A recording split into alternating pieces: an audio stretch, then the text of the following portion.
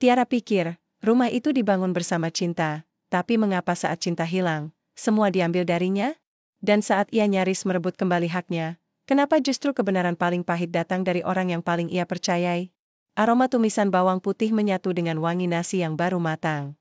Udara pagi itu terasa biasa saja, tenang, seperti pagi-pagi sebelumnya yang Tiara lewati bersama Andika. Ia tidak pernah menyangka bahwa pagi yang tampak biasa ini akan mengubah segalanya. Bahwa di atas meja makan yang sama, tempat mereka dulu saling menyuapi, akan menjadi saksi sebuah pengkhianatan yang tak pernah ia duga datangnya. Tiara mengenakan daster biru kesayangannya, yang warnanya mulai pudar karena terlalu sering dipakai. Tangannya cekatan mengaduk sayur bening dan menggoreng tahu. Di sudut dapur, teko air panas mengeluarkan desis pelan. Ia sempat menoleh ke arah pintu, menunggu suara langkah Andika turun dari kamar. Matanya berbinar, seperti biasanya. Ia masih sempat tersenyum sendiri, membayangkan wajah suaminya yang selalu mengerutkan kening kalau kopi buatan Tiara terlalu pahit. 15 menit kemudian, suara pintu kamar terbuka. Langkah Andika terdengar berat, seperti menyeret kaki. Tiara menoleh sambil berkata lembut, "Sayang, kopinya sudah jadi." "Serap hanyak." Andika duduk tanpa menjawab.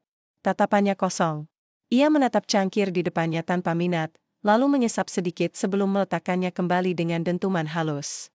Tiara mengerutkan kening, sedikit bingung dengan sikap Andika pagi itu. Biasanya, suaminya itu cerewet, selalu komentar tentang gorengan atau sambal yang kurang pedas. Tapi kali ini, sunyi, dan terasa asing. "Kenapa, Mas?" tanya Tiara pelan. Duduk di seberang sambil meletakkan piring berisi nasi dan lauk. "Kamu kelihatin capek. Mau aku pijitin nanti malam?" Andika mendongak. Mata mereka bertemu. Tapi di mata itu, Tiara tak lagi melihat hangat yang biasa menyambutnya setiap pagi. Hanya ada dingin. Dan dalam, "Aku jatuhkan talak padamu." 4 kata itu, 4 kata yang menghantam jantung Tiara sekeras palu godam. "Apa?" bisiknya, nyaris. "Tak terdengar, aku serius. Aku sudah pikirkan ini sejak lama. Aku ingin kita pisah, Tiara." Tiara merasa dunia berputar. Suara kipas angin, desisan dapur, detak jam dinding, semuanya seperti teredam kabut. Dadanya Teresa sesak.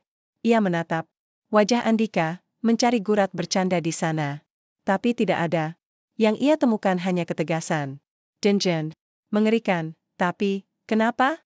Suaranya serak. "Kita baik-baik saja, Mas. Kita nggak pernah bertengkar. Kita nggak sejalan lagi. Aku sudah nggak merasa ada cinta di antara kita." Andika memotong cepat. "Dan aku rasa, kita lebih baik jalan masing-masing. Aku sudah bosan pura-pura." Tiara memetang. Air matanya belum jatuh. Ia terlalu syok untuk menangis.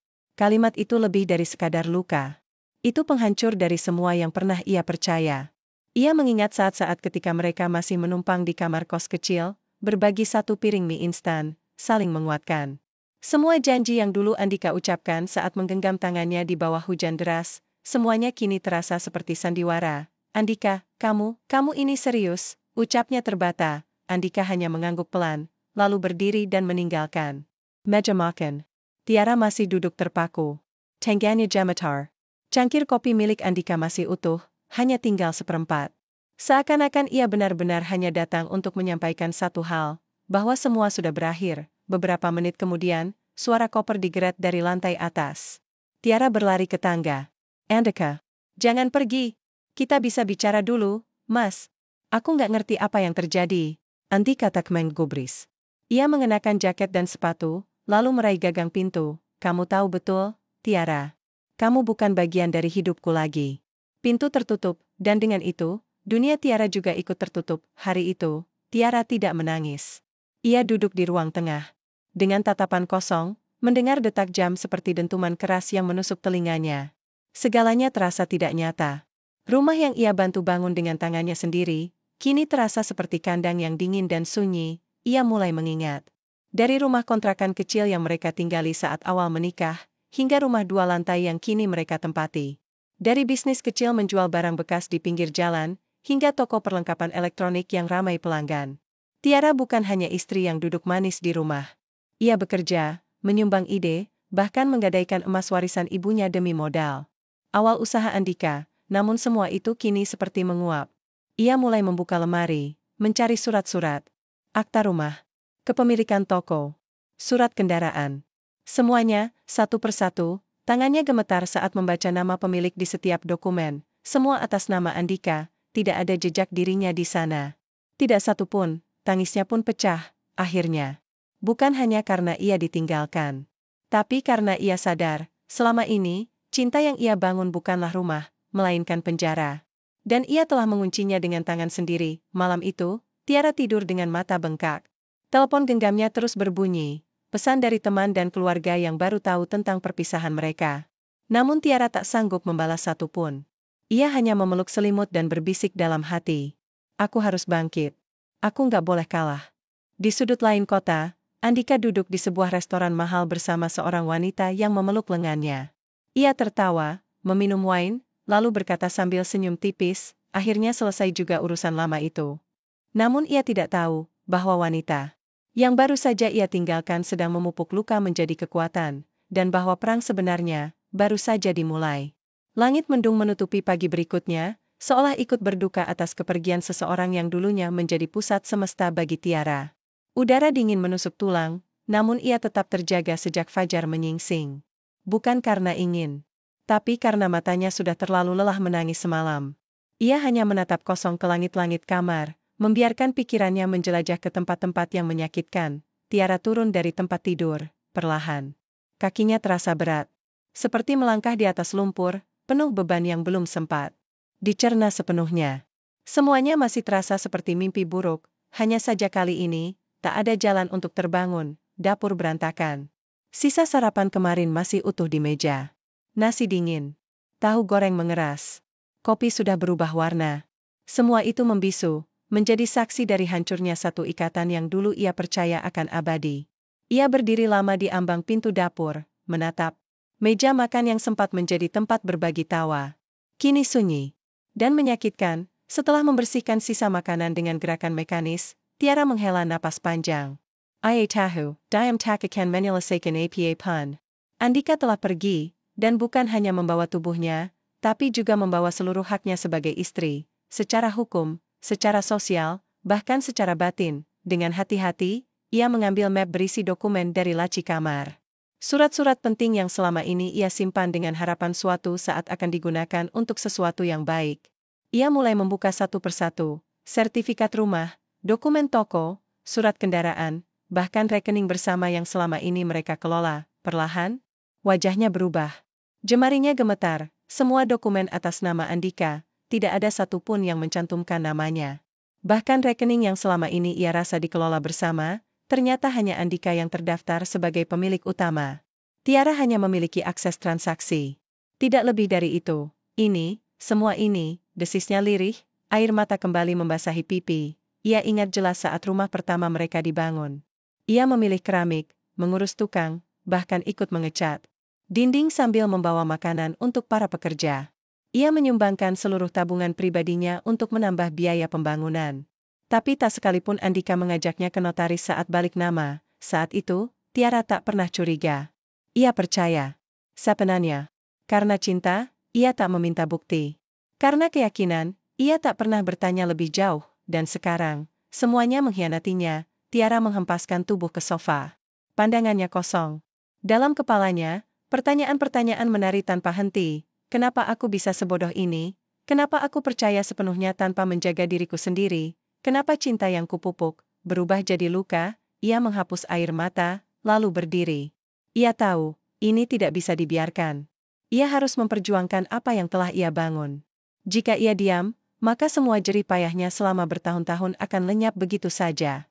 Dan lebih dari itu, martabatnya sebagai perempuan akan diinjak tanpa perlawanan. Hari itu, Tiara menghubungi satu-satunya orang yang selalu hadir di masa-masa terberat, Murni, sahabatnya sejak kuliah. Perempuan mandiri yang dulu pernah mengalami perpisahan serupa. Mereka bertemu di sebuah kafe kecil dekat kantor pengacara tempat Murni bekerja sebagai asisten hukum. Ya Tuhan, Tiara, kamu kelihatan gak tidur semalaman. Murni memeluknya erat. Aku baru tahu kabarnya dari tantemu. Kenapa kamu gak cerita lebih awal? Tiara tersenyum tipis, mencoba tegar. Aku juga baru bisa napas hari ini, Murni. Aku butuh bantuanmu. Murni menggenggam tangannya. Kamu gak sendiri, Tiara. Apapun yang kamu butuhkan, aku bantu. Tiara menceritakan semuanya, tentang rumah, toko, rekening, dan bagaimana semuanya hilang dalam semalam. Murni mendengarkan dengan wajah murung. Lalu ia menghela napas panjang. Secara hukum, kita bisa buktikan kontribusimu. Ada aturan tentang harta bersama, terutama dalam pernikahan. Tapi prosesnya panjang. Dan kamu harus kuat. Tiara mengangguk pelan. Aku akan kuat. Aku nggak mau aku hilang begitu aja. Kalau begitu, aku akan kenalkan kamu ke pengacara senior di kantor. Namanya Bu Lestari. Dia spesialis hukum keluarga. Dan, dia juga pernah ngalamin hal serupa kayak kamu.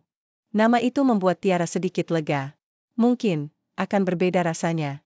Ketika kita berjuang bersama orang yang tahu rasanya dilukai, pertemuan pertama dengan Lestari berlangsung 2 hari kemudian. Di ruang kerja yang sederhana, dengan rak buku penuh berkas dan dokumen hukum, Tiara duduk berhadapan dengan seorang perempuan paruh baya yang tatapannya tajam namun hangat. Saya sudah baca ringkasan kasus dari Murni, ujar Lestari setelah menyimak cerita Tiara dengan tenang. Dan saya tahu ini bukan perkara mudah. Tapi bukan berarti tidak mungkin. Tiara menunduk. Saya nggak minta semuanya, Bu. Saya cuma mau diakui. Saya cuma mau keadilan. Lestari menatapnya dalam. Kalau kamu niat, saya siap dampingi sampai akhir. Tapi saya minta satu hal, jangan pernah menyerah di tengah jalan. Tiara mengangguk, matanya berkaca-kaca. Saya sudah terlalu lama diam, Bu. Sekarang saya mau bicara. Dengan suara yang keras. Malam itu, untuk pertama kalinya sejak ditinggal Andika, Tiara tidur tanpa menangis. Di meja kecil dekat tempat tidurnya, ada map berisi dokumen legal, catatan pengeluaran toko, dan bukti-bukti transfer yang ia kumpulkan bersama Murni. Semua itu, bukan sekedar kertas, tapi senjata, Tiara tahu jalan yang akan ia tempuh penuh batu dan duri. Tapi ia juga tahu, di ujung sana ada sesuatu yang lebih dari sekadar rumah atau toko, harga diri. Ia memeluk dirinya sendiri, menatap langit-langit sambil berbisik lirih, besok, aku akan mulai merebut kembali diriku sendiri. Hari-hari setelah pertemuan dengan Lestari berjalan seperti lembar demi lembar laporan yang harus disusun hati-hati. Tiara tak lagi tenggelam dalam ratapan, tapi juga belum sepenuhnya bangkit. Ia berada di tengah, melangkah perlahan dalam gelap. Dengan secercah keyakinan yang terus dijaga agar tak padam, setiap pagi, ia menyeduh kopi sendiri, tanpa ada Andika di seberang meja. Rumah 2 lantai itu kini terasa seperti ruang kosong yang terlalu luas. Dindingnya menyimpan gema pertengkaran terakhir, aroma tubuh Andika masih melekat samar di bantal, dan di sudut rak buku masih tersisa parfum kesukaannya yang dulu Tiara belikan dengan sisa uang tabungan. Namun Tiara mulai belajar menata ulang napasnya. Setiap hari, ia pergi ke kantor Lestari membawa map baru. Berisi nota pembelian bahan bangunan, foto-foto saat rumah mereka dibangun, slip transfer, tangkapan layar percakapan tentang pembagian modal usaha, hingga video-video saat ia membantu di toko. Semuanya ia cetak. Semiwa ia simpan, siap bakti. Kecil bisa jadi kekuatan besar di pengadilan, kata Lestari suatu siang.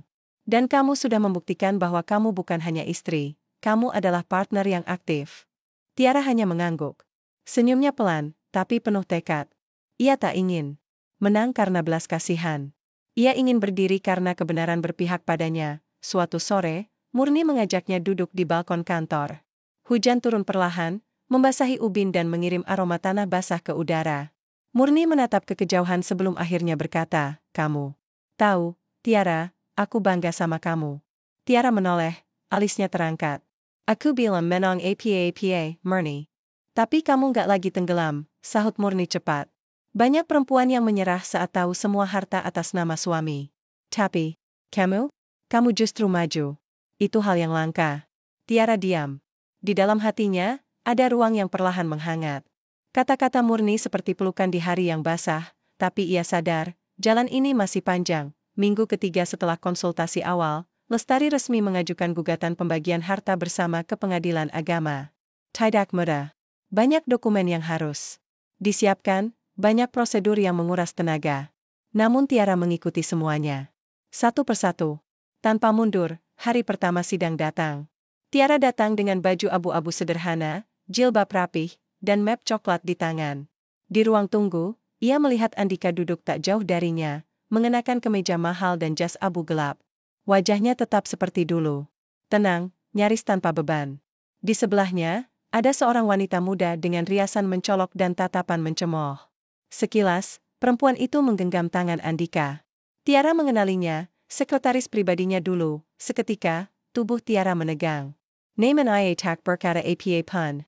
Ia hanya menarik napas dalam dan menunduk. Bukan karena kalah. Tapi karena ia tahu, ini bukan medan untuk ledakan emosi. Ini medan keadilan. Dan ia harus cerdas mengatur langkah. Di ruang sidang, hakim membuka berkas gugatan. Lestari berbicara dengan tenang, menyampaikan argumentasi bahwa Tiara selama ini berperan aktif dalam membangun rumah tangga dan bisnis, meski tak memiliki nama dalam dokumen resmi. Andika menanggapi dengan senyum tipis. Dengan segala hormat, Yang Mulia, semua yang diklaim istri saya berasal dari dana pribadi saya. Saya tak pernah memaksa dia membantu. Dan saya rasa, kalau saya punya harta, itu adalah hak penuh saya. Tidak perlu dibagi.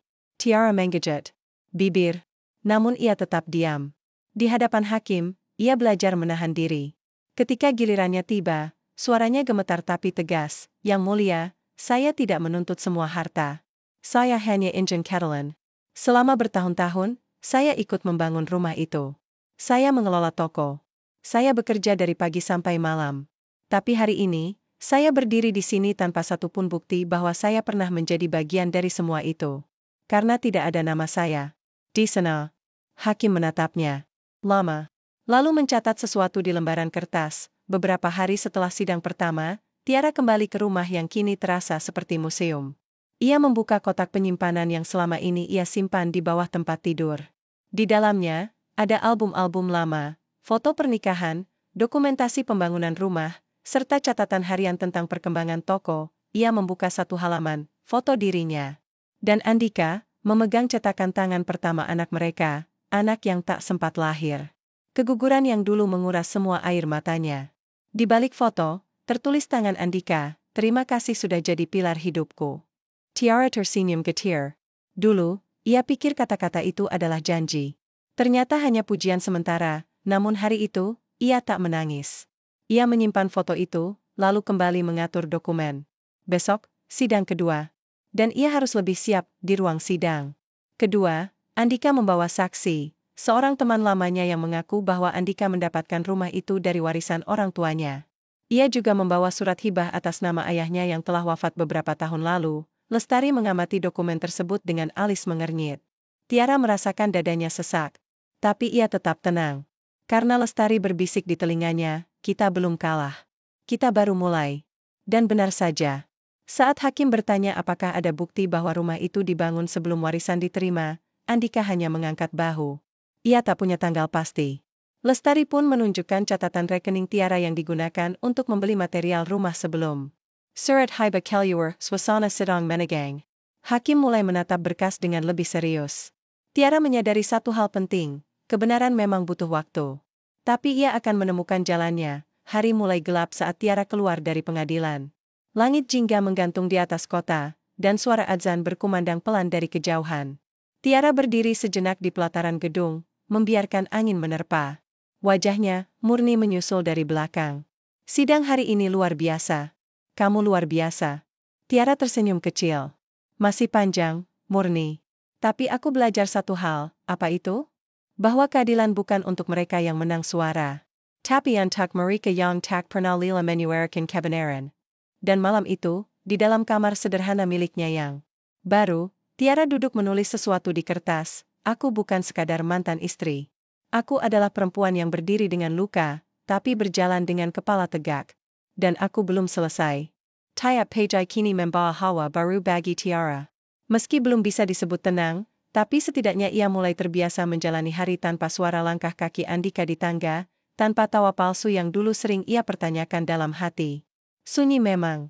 Masih terasa menusuk, tapi bukan lagi karena kehilangan, melainkan karena ketabahan yang sedang tumbuh perlahan. Pagi itu, ia duduk di ruang kerja kecilnya yang baru dibentuk dari bekas ruang tamu. Dindingnya masih polos, tak ada dekorasi, hanya rak kayu dan satu meja tulis sederhana.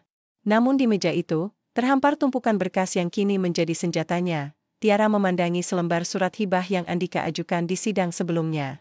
Surat itu resmi, sah secara hukum, dan dibubuhi tanda tangan serta materai yang tak bisa digugat begitu saja. Di sudut bawahnya, Terdapat nama ayah Andika, lengkap dengan tanggal hibah dan keterangan bahwa rumah yang kini mereka tempati adalah warisan keluarga, bukan hasil kerja sama selama menikah. Tangannya mengepal pelan. Luka lama kembali mencuat saat pertama kali ia bertemu keluarga Andika. Ibunya yang dingin, penuh curiga, dan adik-adik Andika yang selalu menatapnya seolah ia tak lebih dari penyusup. Mereka tak pernah menganggap Tiara bagian dari mereka. Bahkan saat rumah dibangun, ibu mertuanya sempat berkata, "Kamu itu numpang, jangan merasa ikut memiliki." Waktu itu, Tiara hanya tersenyum. Ia tak ingin memperkeruh suasana. Ia percaya, cinta Andika cukup untuk melindunginya dari segala ketidaknyamanan. Ia percaya bahwa suatu hari mereka akan melihat usahanya, menghargai perjuangannya. Tapi sekarang, ketika surat hibah itu muncul, ia sadar, mungkin dari awal ia memang tak pernah benar-benar diakui. Hari itu, Lestari memintanya datang lebih awal ke kantor. "Ada hal penting yang harus didiskusikan sebelum sidang berikutnya. Kita harus berhati-hati," ujar Lestari, sambil menunjukkan salinan surat hibah yang diberikan Andika. "Secara hukum, ini bisa menggeser posisi kita." Tiara menatapnya dalam. "Tapi saya tahu rumah itu dibangun pakai uang kami bersama. Sebagian dari tabungan saya. Bahkan saya sempat menggadaikan cincin kawin dan kalung dari almarhumah ibu saya." Lestari mengangguk. "Saya percaya. Tapi hakim tidak bisa hanya berpegang pada cerita. Kita butuh bukti, transfer bank, kwitansi pembelian material, atau apa pun yang bisa menunjukkan kontribusimu." Tiara membuka tasnya. Dari dalam, ia mengeluarkan bundel nota kecil yang ia simpan dalam map bening. "Ini nota pembelian semen, bata, cat, bahkan tukang. Semuanya atas nama saya. Karena waktu itu Andika sibuk di toko, saya yang urus semuanya." Lestari tersenyum tipis. "Ini sangat berarti. Lebih kuat dari sekadar pengakuan. Kita bisa jadikan ini sebagai amunisi utama." Mereka menghabiskan beberapa jam menyusun kembali urutan kronologi pembangunan rumah, mencocokkan tanggal pembelian bahan dengan waktu pengajuan surat hibah. Semakin dalam ditelusuri, semakin terlihat bahwa surat itu hanya bentuk pelindung bagi Andika, karena jika rumah itu benar-benar warisan sejak awal, maka tak seharusnya semua bahan bangunan dibeli bertahun-tahun setelah hibah diberikan. "Dia menyembunyikan sesuatu," gumam Lestari. "Dan kita akan buktikan itu di ruang sidang." Di malam yang dingin, Tiara duduk di beranda rumah kontrakan kecil yang kini ia tempati. Ia memandang langit, mengenang hari-hari saat ia dan Andika duduk di teras rumah mereka dulu, berbicara tentang masa depan, tentang anak-anak, tentang tua bersama. Semuanya terasa begitu nyata saat itu. Tapi masa depan bisa berkhianat. Atau mungkin, bukan masa depan yang salah, tapi manusia yang menyimpang dari janji. Di tangannya, ia menggenggam foto lamanya saat masih berjibaku dengan pekerjaan tukang. Di dalam foto itu, Tiara mengenakan topi lusuh, wajahnya kotor oleh debu semen, tapi senyumnya lebar. Ia sedang berdiri di depan kerangka rumah yang belum selesai. Ia tidak tahu siapa yang memotret. Mungkin salah satu pekerja yang ia berikan makan siang kala itu. Foto itu ia cetak ulang. Besok akan ia jadikan alat bukti, bukan hanya karena itu membuktikan keterlibatannya, tapi juga karena itu adalah pengingat bahwa ia pernah membangun sesuatu dengan tangannya sendiri. Bahwa rumah itu, walaupun kini diklaim sepihak, tetap menyimpan jejak tubuh dan tetes keringatnya. Sidang ketiga tiba. Suasana ruang sidang lebih tegang dari biasanya. Kali ini, Tiara maju membawa bundel bukti baru. Note of Hembilion. Dokumentasi pembangunan. Rekaman rekening masuk dan keluar.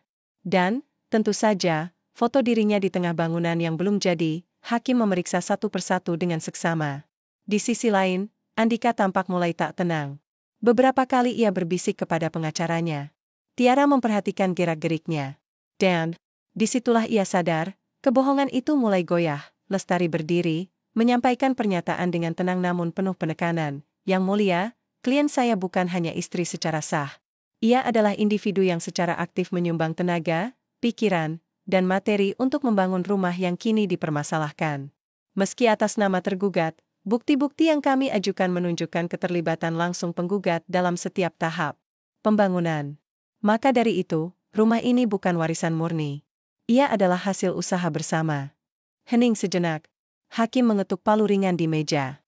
Persidangan ditunda seminggu untuk pemeriksaan tambahan. Namun sorot mata hakim menunjukkan perubahan. Sebuah sinyal bahwa keadilan perlahan mulai menyibak tirainya. Sepulang dari persidangan, Tiara tak langsung kembali ke rumah kontrakan. Ia singgah ke sebuah tempat makan kecil, tempat biasa ia dan Andika dulu merayakan ulang tahun pernikahan. Tempat itu tidak banyak berubah. Meja sudut dekat jendela masih ada. Warna dinding masih sama. Hanya orang yang menemaninya kini tak ada. Ia duduk sendirian, memesan teh manis dan nasi goreng favoritnya. Pelayan sempat mengenalinya dan bertanya, "Loh, suaminya nggak ikut, Bu Tiara?" Ia tersenyum tipis. "Nggak, sekarang saya sendirian." Dan saat itulah, ia menyadari sesuatu, sendirian bukan berarti lemah, sendirian adalah kesempatan untuk mengenal ulang siapa dirinya, tanpa bayangan siapapun. Malamnya, ia menerima pesan dari nomor tak dikenal. Isinya singkat, "Kamu boleh ambil semua bukti yang kamu punya.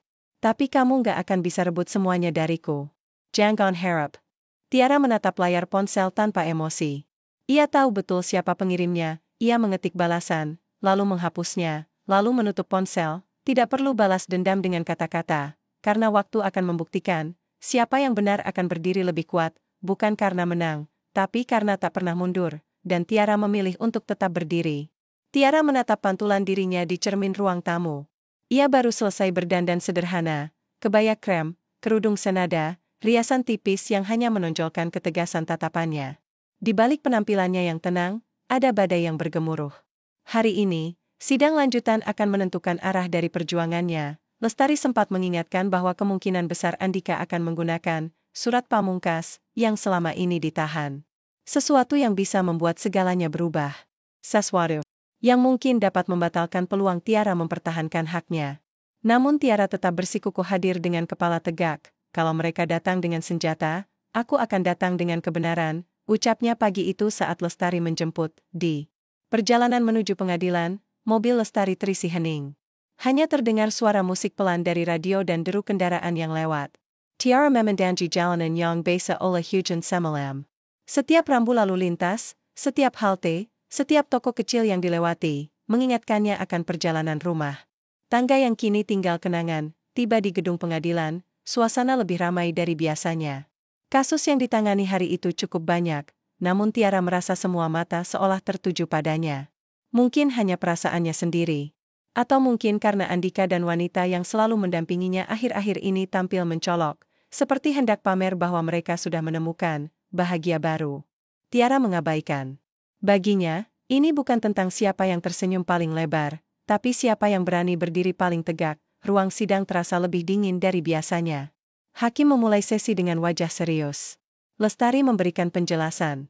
Lanjutan atas bukti-bukti yang sebelumnya telah diajukan, dokumentasi pembangunan, rekaman transaksi, dan catatan aktivitas Tiara dalam bisnis mereka. Andika tampak tenang, tapi ada ketegangan terselip di balik matanya. Ia menoleh sebentar ke arah Tiara, lalu menunduk. Beberapa menit kemudian, pengacaranya berdiri, menyerahkan satu map tebal kepada hakim. "Yang mulia," ujar sang pengacara, "kami ingin mengajukan bukti tambahan berupa salinan wasiat dan surat pembagian warisan dari pihak keluarga tergugat, yang menyatakan bahwa hampir seluruh aset yang kini dipermasalahkan adalah milik pribadi tergugat, termasuk rumah, kendaraan, dan toko." Tiara menegang, bukti itu nyata. Hakim mulai membaca isi dokumen dengan saksama. Suara detak jarum jam di dinding menjadi sangat jelas di telinga Tiara, seolah seluruh ruang dipenuhi suara itu saja. Lestari meraih bahunya, memberinya isyarat untuk tetap tenang. Di sini tertulis bahwa ayah tergugat memberikan seluruh hartanya kepada anak tunggal laki-lakinya, Andika, dalam bentuk hibah dan warisan yang dibagi secara resmi di hadapan notaris, termasuk sertifikat tanah dan aset bergerak. Kalimat itu mengguncang Tiara lebih keras daripada semua kalimat sebelumnya. Ia tahu rumah itu dibangun bersama. Ia tahu toko itu dirintis dari nol bersama. Tapi jika semua itu telah dimasukkan ke dalam daftar warisan resmi, maka posisinya akan sangat lemah. Namun Lestari segera bangkit dari duduknya. "Yang mulia, kami tidak menolak bahwa dokumen ini sah. Tapi kami ingin mengingatkan, kontribusi nyata dari pihak penggugat tidak bisa dihapus hanya karena sertifikat atas nama orang lain. Kami memiliki bukti bahwa pembangunan rumah dan pengelolaan bisnis dilakukan oleh kedua belah pihak. Penggugat tidak hanya berperan sebagai istri, tapi sebagai mitra aktif." Hakim mengangguk perlahan. "Argumen diterima. Namun kami akan menelaah bukti tambahan ini. Sidang akan dilanjutkan setelah pemeriksaan lebih mendalam." Silpa sedang, Tiara duduk di taman kecil dekat pengadilan. Tangannya meremas ujung jilbab, Matanya menatap kosong ke kolam kecil di depannya. Lestari duduk di sampingnya, menyodorkan air mineral. Maaf, Bu Lestari. Saya sempat goyah tadi, kata Tiara lirih. Lestari menggeleng. Kamu hebat, Tiara. Tidak semua perempuan bisa tetap duduk setenang kamu saat tahu semua yang diperjuangkan disulap jadi warisan sepihak. Tiara menarik napas panjang. Dulu saya cuma pikir, asal ikhlas dan sabar, semua akan baik. Ternyata, dunia nyata nggak seperti itu, ya. Lestari tertawa kecil. Dunia nyata butuh lebih dari sekadar doa. Butuh keberanian untuk mengatakan, saya berhak mendapatkan keadilan. Tiara menatap ke depan. Di matanya tak lagi ada kabut air mata. Yang tersisa hanya api kecil yang terus menyala. Malamnya, Tiara menghubungi Murni dan menceritakan semuanya. Suara sahabatnya terdengar murung di seberang telepon. Dia udah siapin semua dari awal, ya? Semua aset dia kuasai karena surat warisan itu, ujar Murni. Kayaknya begitu, jawab Tiara. Tapi aku yakin, warisan gak berarti dia bangun semua sendiri. Aku ada di sana dari awal. Dan aku akan terus tunjukin itu. Dan kamu gak sendirian, sahut Murni cepat. Aku dan Bu Lestari akan terus di sini. Tiara menutup telepon dengan senyum tipis. Ia tahu jalan yang akan ia tempuh lebih berat dari dugaan semula. Tapi ia juga tahu, ia tak sendiri. Beberapa hari kemudian, Tiara menerima panggilan dari seorang wanita tua bernama Bu Ratmi. Ia memperkenalkan diri sebagai mantan pembantu di rumah keluarga Andika, yang dulu sempat membantu merawat rumah saat proses pembangunan berlangsung. Saya lihat berita tentang persidangan ibu di media sosial. Maaf kalau saya longsong. Tapi saya punya foto-foto lama saat rumah itu belum jadi. Saya simpan karena dulu Ibu Tiara yang selalu kirim makanan buat tukang. Saya cuma merasa, ini mungkin berguna. Tiara terdiam. Suaranya tercekat, beberapa hari lalu, ia hampir menyerah. Tapi kini, semesta seolah bergerak untuk menunjukkan bahwa perjuangannya tidak sia-sia. Foto-foto itu ia bawa ke kantor Lestari, dan saat melihatnya, sang pengacara tersenyum puas. Ini bisa menjadi titik balik. Malam itu, Tiara menulis di buku harian yang sudah lama ia tinggalkan. Halaman pertamanya penuh coretan kesedihan, kekecewaan, dan kehilangan. Tapi halaman malam ini berbeda. Ia menulis, aku sadar, mungkin aku nggak akan bisa mengambil semuanya kembali. Tapi aku tidak akan biarkan mereka mengambil keberanianku untuk melawan. Aku tidak bisa memenangkan semuanya. Tapi aku bisa memenangkan diriku sendiri. Dan disitulah kemenangan sesungguhnya dimulai. Suara ketukan palu di ruang sidang kembali menggema seperti gong pertarungan yang belum menemukan pemenang. Hari itu, Tiara kembali duduk di kursi penggugat, ditemani Lestari di sisi kirinya, sedangkan Andika dan pengacaranya duduk di seberang. Dengan sikap tak acuh, sidang kali ini menghadirkan saksi baru dari pihak Tiara. Sosok yang sederhana tapi menyimpan lembaran kebenaran di balik diamnya selama ini, Bu Ratmi. Wanita itu melangkah pelan memasuki ruang sidang, mengenakan kebaya lusuh dan jilbab polos. Usianya tak muda lagi, tapi sorot matanya tetap tajam. Tiara memandangi perempuan itu dengan haru, mengenangnya sebagai wanita yang dulu setiap pagi menyambut tukang bangunan, menyiapkan air minum dan sarapan, semua atas perintah Tiara, karena saat itu Andika hampir selalu absen dari proses pembangunan rumah. Setelah mengucap sumpah, Bu Ratmi duduk dan mulai bercerita, dulu saya kerja di rumah keluarga Pak Andika. Tapi saat pembangunan rumah yang sekarang dipermasalahkan ini dimulai, saya ikut bantu di lokasi. Bu Tiara yang urus semuanya. Dia yang beli material, atur tukang, masak buat makan siang, bahkan sampai tengah malam masih di lokasi. Penggakra. Andika menyela, mempertanyakan akurasi ingatan seorang pembantu rumah tangga tentang transaksi dan kepemilikan. Namun Lestari berdiri dan menunjukkan foto-foto yang baru didapatkan dari Bu Ratmi. Potret Tiara mengenakan sarung tangan bangunan, berdiri di antara tumpukan batu bata, mengawasi pekerjaan tukang sambil mencatat pembelanjaan di kertas kusut. Yang mulia, saksi ini tidak hanya hadir secara fisik, tapi juga membawa bukti visual yang menyatakan keberadaan dan keterlibatan aktif penggugat dalam pembangunan rumah. Gambar tak bisa berbohong, ujar Lestari. Hakim menerima foto tersebut dan menunduk. Membacanya lama. Hening menyelimuti ruang sidang.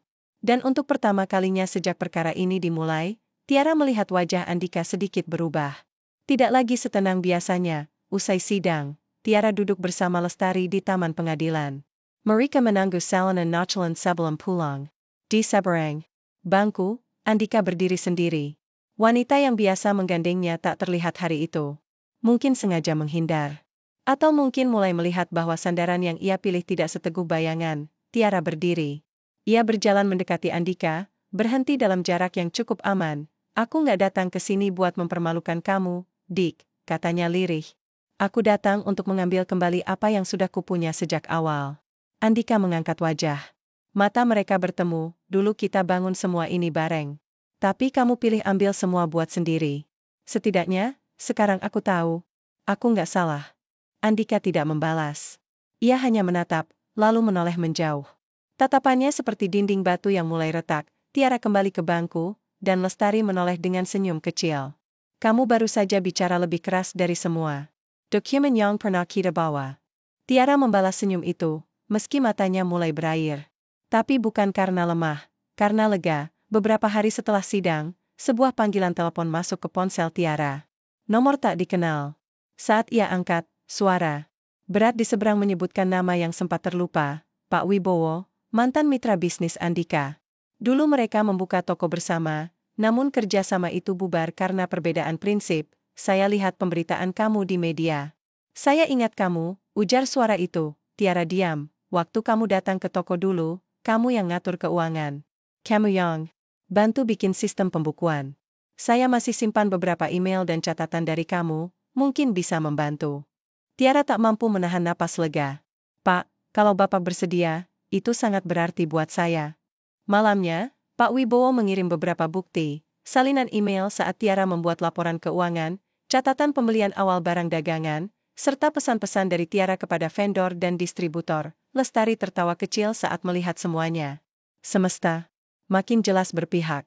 Perlahan, satu demi satu bukti itu muncul dari tempat yang gak terduga. Tiara hanya tersenyum.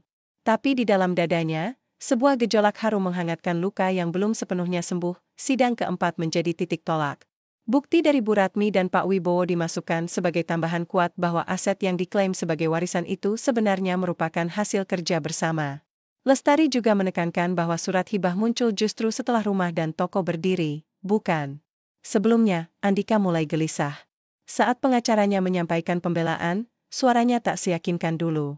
Beberapa poin yang biasanya mengarah pada keunggulan legal kini dibalas dengan dokumen yang menunjukkan sebaliknya. Hakim memandang ke arah Tiara, lalu ke Andika. Saya akan mempertimbangkan seluruh bukti dan kesaksian secara menyeluruh. Neyman. Dari yang sudah disampaikan, terbaca bahwa rumah dan toko tidak berdiri dari warisan semata. Ada usaha nyata dari kedua belah pihak. Maka dalam waktu dekat, saya akan keluarkan keputusan pembagian aset secara adil berdasarkan kontribusi masing-masing. Tiara menutup matanya pelan. Nafasnya terlipas. Untuk pertama kalinya sejak semua ini dimulai, ia merasa dekat sekali dengan keadilan. Sore itu, Tiara duduk di taman kecil dekat rumah kontrakannya. Angin membawa daun-daun kering berguguran di sekelilingnya.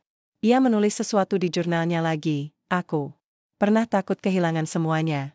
Tapi ternyata, yang paling aku butuhkan bukan rumah, bukan toko, bukan sertifikat. Yang paling kubutuhkan adalah keberanian untuk melihat diriku sendiri, dan tetap menyayangi perempuan yang dulu diam meski hatinya disayat. Ia menutup buku itu, ponselnya bergetar. Sebuah pesan masuk dari nomor yang dulu sering mengirimkan. Aku pulang sebentar lagi, dan, jangan lupa makan, kini isinya berbeda. Kalau kamu mau, kita bisa selesaikan ini di luar pengadilan. Asal kamu mau mundur. Tiara menatap layar itu. Lama. Lalu ia balas, terima kasih. Tapi aku tidak sedang berjuang untuk menang. Aku sedang berjuang agar dunia tahu, aku pernah ada. Di setiap pondasi yang kau klaim milikmu sendiri. Dan pesan itu pun terkirim, seperti palu terakhir yang mengetuk gerbang masa lalu. Pengadilan kembali memanggil nama Tiara di ruang sidang pagi itu. Matahari baru menanjak, namun langit sudah terang seolah menyambut babak paling penting dalam pertempurannya. Hari itu bukan sidang pembuktian, bukan pula pemeriksaan saksi. Tapi hari ini adalah saat hakim membacakan keputusan resmi. Lestari berdiri di samping Tiara, tangannya menyentuh pelan lengan klien yang telah menjadi lebih dari sekadar korban.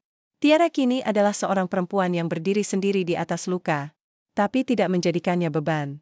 Luka itu ia ubah menjadi kekuatan. Andika duduk di seberang, matanya tertuju ke lantai. Tak ada lagi senyum sinis. Tak ada tangan yang menggenggam jemarinya. Wanita yang dulu selalu muncul di setiap sidang sebelumnya kini tak terlihat. Mungkin sudah lelah. Atau mungkin sudah menyerah. Perkara nomor sekian-sekian, suara hakim menggema, setelah melalui proses panjang dan pemeriksaan atas dokumen dan saksi yang diajukan kedua belah pihak, maka pengadilan memutuskan, Tiara menahan napas, bahwa aset berupa rumah dan toko, meskipun secara administratif terdaftar atas nama tergugat, dinyatakan sebagai harta bersama yang dibangun selama masa pernikahan. Oleh karena itu, sesuai ketentuan hukum, maka aset tersebut dibagi dua secara adil antara penggugat dan tergugat. Suara palu mengetuk meja mengakhiri kalimat itu, hening, lalu terdengar suara helaan napas dari kursi penggugat, napas panjang yang seolah telah ditahan sejak lama. Tiara tak menangis, tapi matanya berkaca-kaca. Ia menoleh ke arah Lestari dan menemukan senyum lembut di sana. Selamat, ucap Lestari lirih. Kamu berhasil mengambil kembali yang seharusnya menjadi milikmu. Namun Tiara tak langsung menjawab. Ia hanya menggenggam tangannya sendiri, merasakan denyut yang selama ini nyaris padam, kini mulai hidup kembali. Beberapa hari kemudian, Tiara berdiri di depan rumah yang dulu ia bangun dengan penuh harap. Halaman depan kini tampak tak terurus. Rumput liar menjalar, cat pagar mulai mengelupas. Rumah itu tak lagi terlihat megah seperti dulu. Ada kehampaan yang menyelinap di sudut-sudutnya. Menurut putusan pengadilan, rumah itu akan dijual dan hasilnya dibagi dua. Namun Tiara tak lagi berhasrat memilikinya. Baginya, rumah itu sudah menjadi bangunan kosong tanpa makna. Semua yang pernah ia tanam di dalamnya telah gugur bersama pengkhianatan yang datang dari orang yang dulu paling ia percaya. Ia masuk pelan, berjalan dari ruang tamu ke dapur. Di sana, aroma masa lalu masih terasa samar. Aroma nasi goreng kesukaan Andika, tawa anak-anak tetangga yang dulu sering datang main, dan suara TV yang tak pernah dimatikan saat mereka masih saling sapa. Ia menyentuh dinding yang dulu ia cat sendiri. Bekas jari-jarinya masih ada di sana. Meski nyaris pudar. Ia menunduk, mengusap lantai pelan. Terima kasih, ya, bisiknya. Karena kamu pernah jadi saksi hidup perjuanganku. Tapi sekarang, aku harus pergi. Keesokan harinya, Tiara bertemu kembali dengan Andika di kantor. Notaris untuk menandatangani dokumen pelepasan aset. Semuanya berlangsung tanpa banyak kata. Bahkan senyum pun tak ada. Namun sebelum mereka berpisah, Tiara menatap Andika dalam, aku nggak pernah minta semua. Aku cuma minta diakui bahwa aku pernah ada. Bahwa aku bukan bayangan yang kamu lupakan. Begitu saja, ujarnya. Andika diam. Bibirnya bergerak, tapi tak ada suara yang keluar. Mungkin ia sadar, kata apapun tak akan bisa menghapus apa yang telah terjadi. Tiara mengangguk kecil, lalu pergi tanpa menoleh lagi. Beberapa minggu berlalu. Tiara kembali ke kehidupannya sendiri. Rumah kontrakan kecil kini berubah jadi tempat yang hangat. Dinding-dindingnya dihiasi karya lukis sederhana hasil tangannya sendiri. Di rak, buku-buku yang dulu tersembunyi kini tersusun rapi. Ia mulai menerima klien desain interior, sesuatu yang sempat ia lupakan karena sibuk mengurus rumah tangga dan toko. Ia juga mulai menulis tentang perempuan, tentang kehilangan, tentang keberanian. Tulisan-tulisannya perlahan mendapat tempat di hati para pembaca. Banyak yang menghubunginya, mengaku terinspirasi oleh kisahnya. Dan Tiara menjawab mereka dengan satu kalimat yang selalu ia pegang teguh, tak ada yang benar-benar hilang, kalau kamu tak pernah menyerah menemukan dirimu sendiri. Murni datang ke rumah suatu sore, membawa sekotak makanan dan senyum lebar. Kamu tahu nggak, Tia?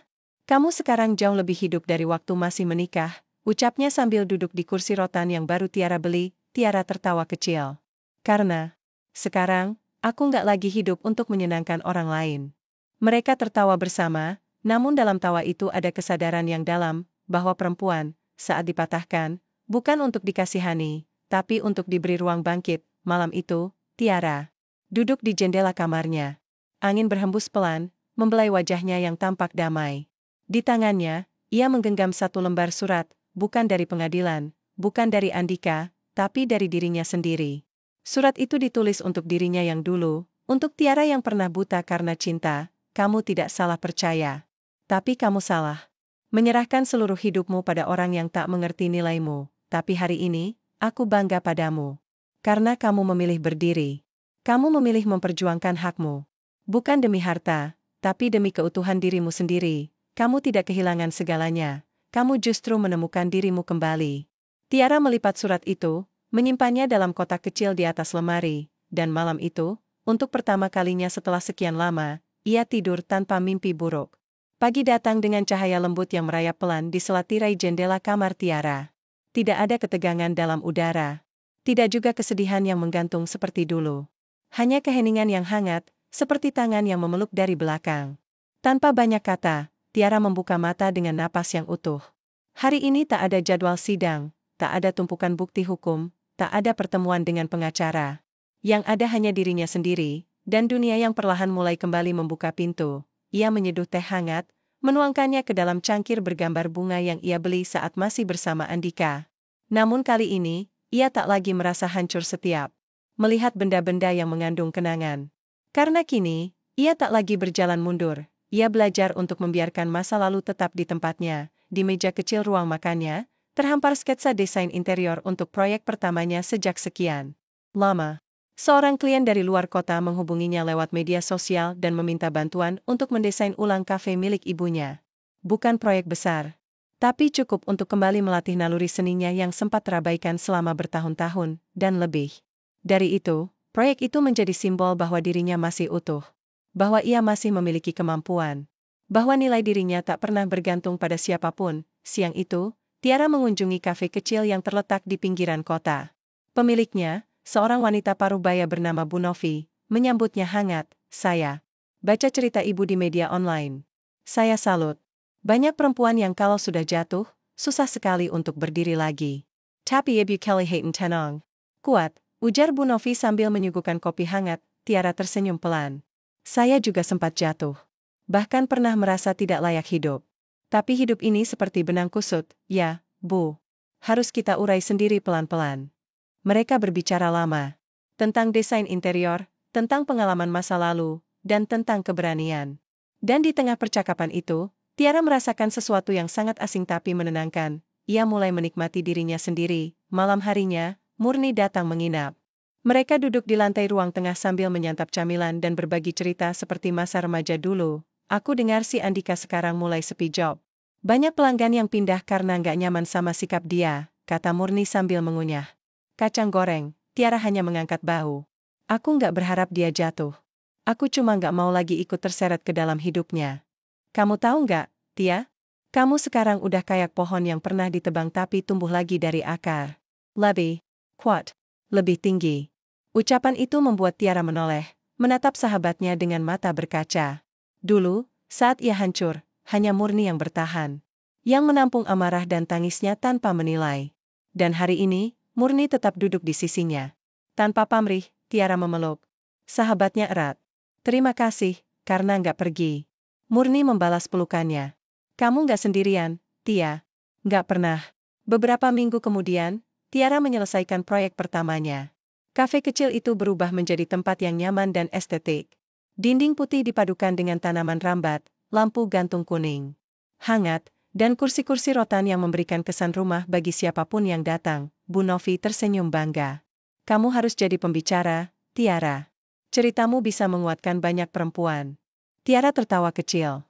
Saya masih belajar mengenali diri saya, Bu.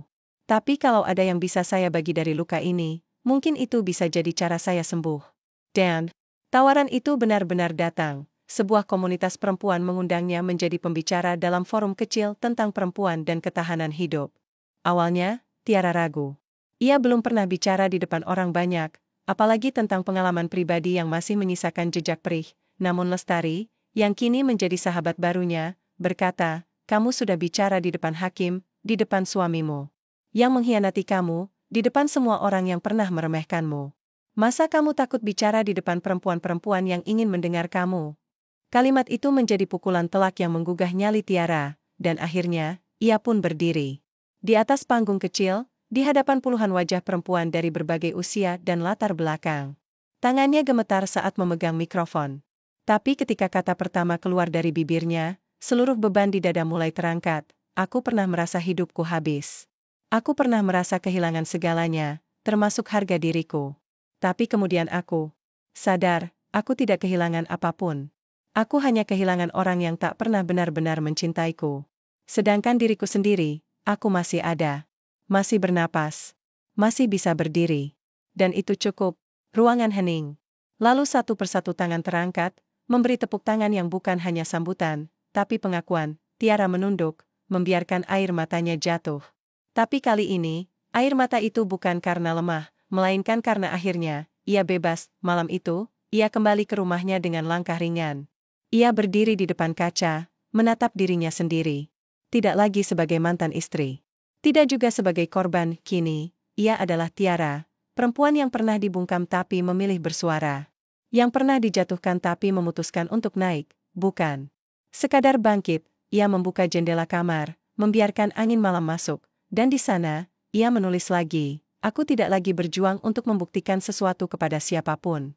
Aku hanya ingin hidup, mencintai diriku, dan menghargai setiap luka yang kini membawaku ke titik ini. Jika kehilangan kemarin adalah harga untuk kebebasan hari ini, maka aku akan membayarnya tanpa ragu." Ponselnya berbunyi. Sebuah pesan masuk dari komunitas perempuan lainnya yang ingin mengundangnya berbagi kisah. Tawaran kerja sama mulai berdatangan. Bahkan seseorang dari media menghubungi, ingin mengangkat kisahnya sebagai artikel inspiratif. Tiara menatap layar ponselnya, mengangguk pelan, karena inilah awal baru, bukan sekadar penyembuhan, tapi kebangkitan, dan ia tahu, jalannya belum selesai, tapi kali ini, ia berjalan bukan untuk melarikan diri dari masa lalu, melainkan untuk menyambut masa depan yang ia pilih sendiri. Langit senja menyelimuti kota dengan semburat jingga yang lembut. Tiara berdiri di depan pintu kaca berukuran besar dengan tulisan timbul, "Ruang Teduh", nama yang ia pilih sendiri untuk studio kecil sekaligus tempat berbagi bagi perempuan yang ingin pulih dari luka hidup. Tempat itu dulunya gudang kosong yang berdebu.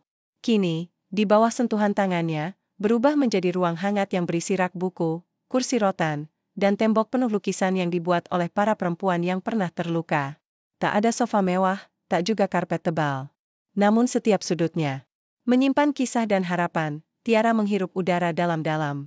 Ini bukan sekadar tempat usaha. Ini adalah bentuk perlawanan terhadap luka yang selama ini mencoba membungkamnya. Kini, ia tak lagi sekadar bertahan, ia mulai menumbuhkan. Pagi itu, ruang tersebut diisi dengan 5 perempuan dari berbagai latar belakang. Ada ibu rumah tangga yang dikhianati pasangannya, perempuan muda korban eksploitasi, dan seorang janda tua yang ditinggal tanpa warisan. Mereka duduk melingkar, masing-masing memegang secari kertas dan pena. Tiara membuka sesi dengan senyum lembut. "Kita nggak perlu pintar untuk menulis, kita cuma butuh jujur," ucapnya. Karena luka nggak minta dibungkus. Luka hanya ingin didengarkan. Satu persatu, para perempuan mulai menuliskan kisah mereka. Tangis kadang menyela, tapi tidak ada yang menertawakan. Di ruang itu, semua air mata adalah bentuk keberanian, bukan kelemahan, dan saat giliran Tiara membaca tulisannya, suasana menjadi hening. Ia membaca surat untuk dirinya sendiri, bukan dari masa lalu, melainkan dari masa depannya. "Hai Tiara, yang nanti akan tua, semoga kamu tetap tahu caranya mencintai dirimu. Semoga kamu tidak lupa bahwa yang menyelamatkanmu dulu bukan siapa-siapa, tapi kamu sendiri. Dan semoga kamu masih mengingat aroma teh hangat yang kamu minum sambil menangis sendirian, karena di sanalah kamu pertama kali mengenali kekuatanmu." Beberapa peserta menunduk, menangis. Tiara tak menahan air matanya. Ia tahu, tak semua luka butuh kata-kata. Tapi kejujuran selalu menemukan jalannya ke dalam hati. Malam itu, Tiara berjalan pulang ke rumah kontrakannya. Namun sebelum masuk, ia berhenti di depan pagar dan menatap langit. Sejak sidang putusan beberapa bulan lalu, ia belum pernah benar-benar memikirkan Andika lagi. Tapi malam ini, ia bertanya-tanya, bukan karena rindu, tapi karena rasa penasaran yang tenang. Ponselnya berbunyi. Nama pengirimnya mengejutkan, "Andika, bukan pesan panjang. Hanya satu kalimat, kalau kita bisa ulang waktu, kamu masih mau bangun rumah itu bersamaku." Tiara membaca pesan itu lama. Jemarinya bergerak, lalu berhenti. Ia berpikir, bukan untuk membalas, tapi untuk memastikan dirinya tak lagi terjebak dalam narasi lama. Akhirnya, ia mengetik, "Aku mungkin akan tetap bantu bangun rumah itu. Tapi kali ini, aku pastikan aku juga punya kunci." Dan ia tekan kirim, tanpa menunggu balasan, bukan karena ingin menang, tapi karena ia telah mengampuni, bukan untuk Andika, melainkan untuk dirinya sendiri. Beberapa hari kemudian, Tiara menerima undangan dari sebuah komunitas nasional perempuan. Ia diminta menjadi pembicara utama dalam acara tahunan bertema perempuan dan pilihan hidup. Acara besar di hotel megah dengan ratusan peserta dari berbagai kota. Ia sempat ragu, tapi Lestari, yang kini menjadi partner tetap di proyek-proyek edukasi, meyakinkannya, "Kamu nggak perlu datang sebagai korban. Kamu datang sebagai bukti bahwa perempuan bisa menang tanpa menginjak siapapun. Tiara mengangguk. Dan untuk pertama kalinya, ia mengenakan pakaian formal bukan untuk hadir di ruang sidang, tapi untuk naik ke panggung sebagai penguat hati. Di hadapan ratusan pasang mata, Tiara berdiri dengan tubuh tegak. Mikrofon di tangan, senyum tak gugup di wajahnya. Saya pernah membangun rumah dengan cinta. Tapi Roma itu robo ketika kepercayaan saya dilukai. Dulu saya pikir saya kehilangan segalanya. Tapi ternyata, yang saya hilangkan cuma satu hal, harapan. Simio. Ia berhenti sejenak, lalu melanjutkan, sekarang, saya membangun ruang baru. Bukan dari batu bata, tapi dari cerita dan tangan-tangan perempuan yang saling mendukung. Karena kita semua berhak punya ruang. Ruang untuk pulih. Ruang untuk memilih. Dan ruang untuk memulai ulang. Tepuk tangan memenuhi aula. Beberapa orang berdiri. Seorang ibu di baris depan memeluk anak perempuannya sambil menangis. Dan Tiara tahu, kisahnya bukan lagi miliknya seorang. Malamnya, Tiara menulis satu kalimat di dinding, ruang teduh, yang kosong. Tidak semua luka butuh disembuhkan. Ada luka yang hanya perlu diterima, agar kita bisa tumbuh. Hari berikutnya, ia membuka program baru, pelatihan keterampilan untuk ibu rumah tangga yang ditinggal pasangan. Bersama Lestari dan Murni, mereka mengajarkan desain sederhana, pemasaran online, dan kepercayaan diri. Ruang kecil itu semakin ramai. Tawa anak-anak mulai terdengar dari halaman belakang. Meja-meja dipenuhi bahan kain, kuas, benih tanaman, dan cerita. Tiara duduk di sudut, mengamati semuanya dengan mata hangat. Ia tak lagi membutuhkan rumah mewah atau sertifikat. Karena kini, ia telah memiliki rumah di dalam dirinya sendiri, sebuah rumah yang tak akan bisa diambil siapapun, sebuah rumah bernama harga diri. Langkah-langkah Castle Berlarian di halaman belakang ruang teduh. Suara tawa anak-anak menghiasi sore itu, menyatu dengan gemerisik daun dan semilir angin yang menyejukkan hati. Di sudut teras, Tiara duduk dengan buku catatan di pangkuan, dikelilingi tumpukan dokumen program pemberdayaan dan beberapa hadiah dari peserta pelatihan minggu lalu, hasil kerajinan tangan, lukisan sederhana, dan sepucuk surat bertinta ungu muda. Surat itu berasal dari seorang ibu muda yang beberapa bulan lalu datang. Dengan wajah pucat dan mata kosong. Hari ini, ia pulang membawa pesanan pertama dari produk rajut buatannya. Di dalam surat, ia menulis, "Kak Tiara, terima kasih sudah membuat aku percaya lagi bahwa aku masih punya nilai. Dulu aku merasa cuma jadi beban. Tapi sekarang aku belajar. Luka bukan akhir cerita." Ia cuma titik koma sebelum kalimat yang lebih kuat muncul. Tiara menahan napas sesaat. Surat itu tidak hanya menyentuh, tapi mencerminkan siapa dirinya dahulu. Ia tahu betul rasanya merasa tak berguna. Ia ingat betul hari-hari di mana bayangan dirinya sendiri pun terasa asing. Namun hari ini, ia berbeda. Ia tak lagi berjalan di atas luka, ia telah tumbuh di atasnya. 1 tahun telah berlalu sejak sidang terakhirnya dengan Andika. Sejak saat itu, tak ada lagi urusan yang mengikat mereka.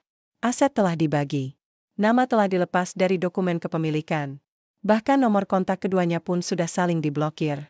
Tapi luka emosional, itu yang membutuhkan waktu. Tiara menyadari, tidak semua luka perlu diobati agar hilang. Ada luka yang cukup diterima sebagai bagian dari masa lalu dijadikan pengingat bahwa cinta buta bisa menelan logika, dan kebaikan tanpa batas kadang justru menjadi jebakan. Ia tidak membenci Andika lagi. Tidak juga mengharapkan penyesalan darinya. Karena maaf bukan tentang orang lain, tapi tentang hati yang tak mau diseret ke lubang yang sama 2 kali, dan hari ini, Tiara memilih hati yang tenang. Suatu sore, Tiara mengisi sesi talk show di sebuah stasiun radio lokal. Topiknya, perempuan yang bertahan dan menang. Sepanjang siaran, ia berbicara ringan namun dalam, tanpa dendam, tanpa drama, hanya dengan kejujuran yang membuat pendengar diam dalam perenungan. Seorang pendengar menelepon masuk dan berkata, "Kak Tiara, saya kehilangan suami karena selingkuh. Saya nggak tahu harus mulai dari mana. Semua seperti kabur. Saya takut hidup sendiri." Tiara terdiam sejenak, lalu menjawab pelan, "Saya pun dulu takut. Tapi setelah saya mulai berjalan, ternyata rasa takut itu cuma bayangan. Ia akan menghilang kalau kita menyalakan cahaya di dalam diri sendiri." Dan sejak malam itu, telepon-telepon lain berdatangan. Pesan-pesan di media sosial masuk setiap hari. Bukan karena Tiara seorang pahlawan, tapi karena ia pernah jatuh, dan tak malu mengakuinya. Itulah yang membuat orang lain berani berdiri. 1 bulan kemudian, Tiara menerima undangan kehormatan dari pemerintah kota, penghargaan perempuan inspiratif. Ia tak pernah membayangkan namanya akan berdiri di papan pengumuman yang dulu hanya ia lihat sekilas saat lewat. Ia tak pernah mencari panggung. Tapi jalan hidup menuntunnya ke sana, bukan sebagai bintang, melainkan sebagai pelita bagi mereka yang masih terjebak dalam gelap. Saat namanya dipanggil naik ke atas panggung, Tiara menatap ke arah hadirin. Di barisan ketiga, ia melihat sosok Lestari tersenyum bangga. Di barisan sebelah kanan, Murni menggengket dua jempol dengan mata berkaca, Tiara berdiri di hadapan mikrofon. Ia menatap kartu kecil di tangannya, lalu menyimpannya kembali. Ia memilih bicara tanpa teks. Aku pernah kehilangan rumah, cinta, bahkan diriku sendiri. Tapi hari ini, aku ingin bilang pada kalian semua, bahwa kehilangan bukan akhir. Kadang, kehilangan adalah awal dari perjumpaan dengan diri kita yang sesungguhnya. Tepuk tangan menggema.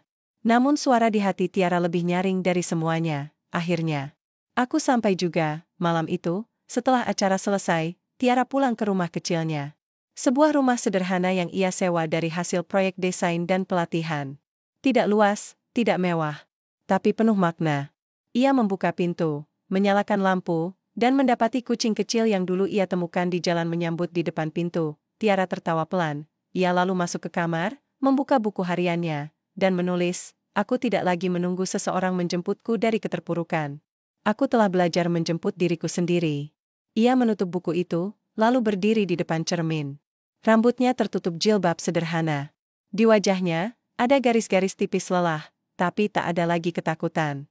Matanya jernih, tidak lagi buram oleh air mata. Ia tersenyum pada dirinya sendiri, dan itu cukup. Esok harinya, di ruang teduh, Tiara membuka sesi baru, mimpi yang tertunda. Sebuah program yang dirancang khusus untuk perempuan yang pernah mengubur cita-cita karena pernikahan, trauma, atau tekanan keluarga. Seorang peserta bertanya, "Apa impian Kak Tiara dulu, sebelum menikah?" Tiara terdiam sebentar. Lalu menjawab, "Aku ingin punya ruang baca, jadi desainer interior, dan punya sekolah kecil untuk perempuan dewasa yang tak sempat kuliah." Peserta itu tersenyum. "Semua itu sudah Kak Tiara wujudkan sekarang." Dan saat itulah Tiara sadar, mimpi yang tertunda, bukan berarti mati. Selama kita masih hidup, tak ada kata selesai untuk harapan. Malam terakhir dalam catatan harian kisahnya, Tiara menulis sesuatu yang tak pernah ia tulis sebelumnya. Sebuah surat, bukan untuk dirinya yang lalu, tapi untuk siapapun perempuan yang mungkin membaca kisah ini suatu hari nanti. Untukmu, perempuan yang sedang berjuang diam-diam, aku tahu rasanya dianggap tak penting. Aku tahu hancurnya perasaan. Ketika semua yang kamu bangun dihancurkan orang yang kamu percaya, tapi kamu akan sampai, mungkin tidak hari ini, mungkin tidak esok. Tapi kamu akan sampai, asal kamu tak berhenti memilih dirimu sendiri setiap pagi kamu bangun. Kamu tidak lemah karena menangis, kamu justru kuat karena berani mengakui bahwa kamu terluka, dan suatu hari nanti, kamu akan berdiri di hadapan cermin, melihat perempuan di dalam sana, dan tersenyum, karena akhirnya, kamu kembali, dan kali ini, kamu tidak akan pernah hilang lagi. Dengan titik terakhir kalimat itu, kisah Tiara tak benar-benar berakhir, karena sejatinya, hidup barunya baru saja dimulai, dan ia tak perlu membuktikan apapun lagi kepada siapapun, sebab hari ini, ia sudah pulang ke rumah sejatinya, dirinya sendiri.